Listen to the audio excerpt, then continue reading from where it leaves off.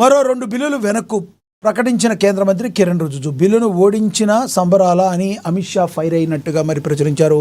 కానీ ఈ బిల్లులు మహిళా బిల్లులు కాదని రాహుల్ గాంధీ తెలియచేయటం అయితే జరిగింది. రాజ్యాంగ సవరణ బిల్లు వీగిపోయినందున మిగతా 2 బిల్లులు కేంద్రం వెనక్కి తీసుకుంది.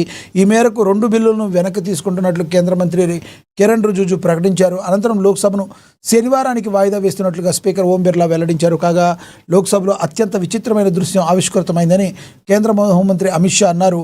బిల్లును Congress, TMC, DMK, Samajwadi party అడ్డుకున్నాయని చెప్పారు. అయితే మహిళా బిల్లును అడ్డుకున్న ప్రతిపక్షాలు సంబరాలు చేసుకుంటున్నాయని షా విమర్శించారు. బిల్లును అడ్డుకుని గెలిచామని నినాదాలు చేయడంతో అత్యంత హేయమైన చర్యగా అమిత్ షా దీన్ని అభివర్ణించడం అయితే జరిగింది. అయితే బిల్లు ముమ్మాటికి మహిళా బిల్లు కాదని రాహుల్ గాంధీ అన్నారు. మీరు చిత్తశుద్ధి ఉంటే మహిళా బిల్లును సపరేట్ పెట్టాలి. దీన్ని నేను డీలిమిటేషన్కి ముడిపెట్టి చేయటం ఇది మీ రాజకీయ కుట్రలో భాగం, దీన్ని మేము అంటున్నామని చెప్పి రాహుల్ గాంధీ తెలియచేయటం అయితే జరిగింది. ఈ సవరణ బిల్లులు రాజ్యాంగంపై దాడి చేయడానికి కాంగ్రెస్ అగ్రనేత రాహుల్ గాంధీ వ్యాఖ్యానించారు. రాజ్యాంగ విరుద్ధమని బిల్లులను ఓడించారని రాహుల్ పేర్కొన్నారు.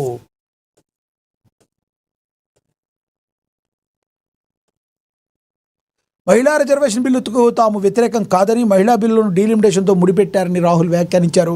ప్రస్తుతం ప్రవేశపెట్టిన బిల్లు ముమ్మాటికి మహిళా బిల్లు కాదని, ఇది భారతీయ రాజకీయ నిర్మాణంపై దాడి అని తెలిపారు.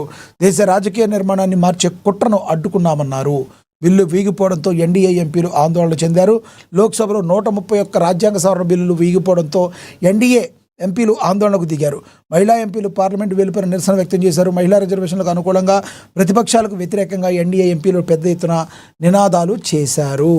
మరి దీన్ని ఎన్డీఏనేమో వీళ్ళు అడ్డుకున్నారని చెప్తుంటే ఇది అసలు మహిళా బిల్లు కానే కాదని మరి రాహుల్ గాంధీ, కాంగ్రెస్, అలాగే మరి సౌత్ రాష్ట్రాల ఎంపీలు అయితే చెప్పడం అయితే జరిగింది.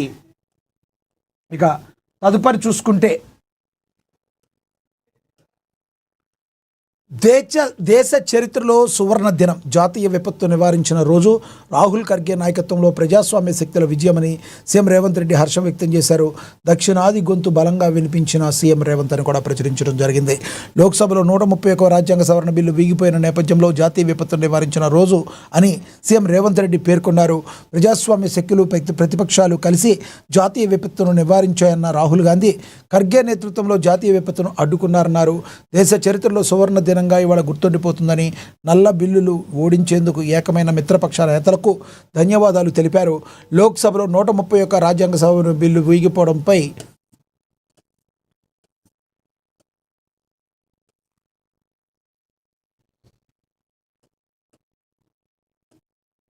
ముఖ్యమంత్రి రేవంత్ రెడ్డి హర్షం వ్యక్తం చేశారు. ఈ మేరకు ఆయన తన అధికార ఎక్స్ ఖాతాలో ఒక పోస్ట్ చేస్తూ కేంద్రం తీరుపై మండిపడ్డారు. మొదటి నుంచి కూడా రేవంత్ రెడ్డి తను తీవ్రంగా ఖండిస్తూ ఆయన మాట్లాడిన మాట ప్రతి మాట తోటలాగా పేరింది. ఈ రోజున మరి వచ్చిన ఏదైతే ఈ నిర్ణయం ఉందో మరి ఇది ఎంతో హర్షాన్ని వ్యక్తం చేశారు రేవంత్ రెడ్డి. ఈ మేరకు తన అధికారిక ఎక్స్ ఖాతాలో పోస్ట్ చేస్తూ కేంద్రం తీరుపై మండిపడ్డారు.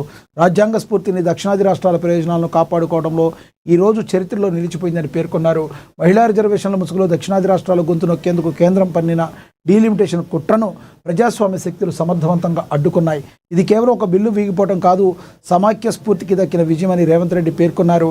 రాజ్యాంగ సవరణల పేరుతో దేశ రాజకీయ సమతుల్యతను దెబ్బతీస్తున్న ఏ శక్తులు ప్రయత్నించినా పార్లమెంటరీ ప్రజాస్వామ్యం వాటిని తిప్పి కొడుతుందని ఈ ఓటింగ్ నిరూపించిందని ఆయన అభిప్రాయపడ్డారు. దేశ చరిత్రలోనే ఇదొక మంచి రోజుగా వీరు అభివర్ణించడం అయితే జరిగింది. ఇక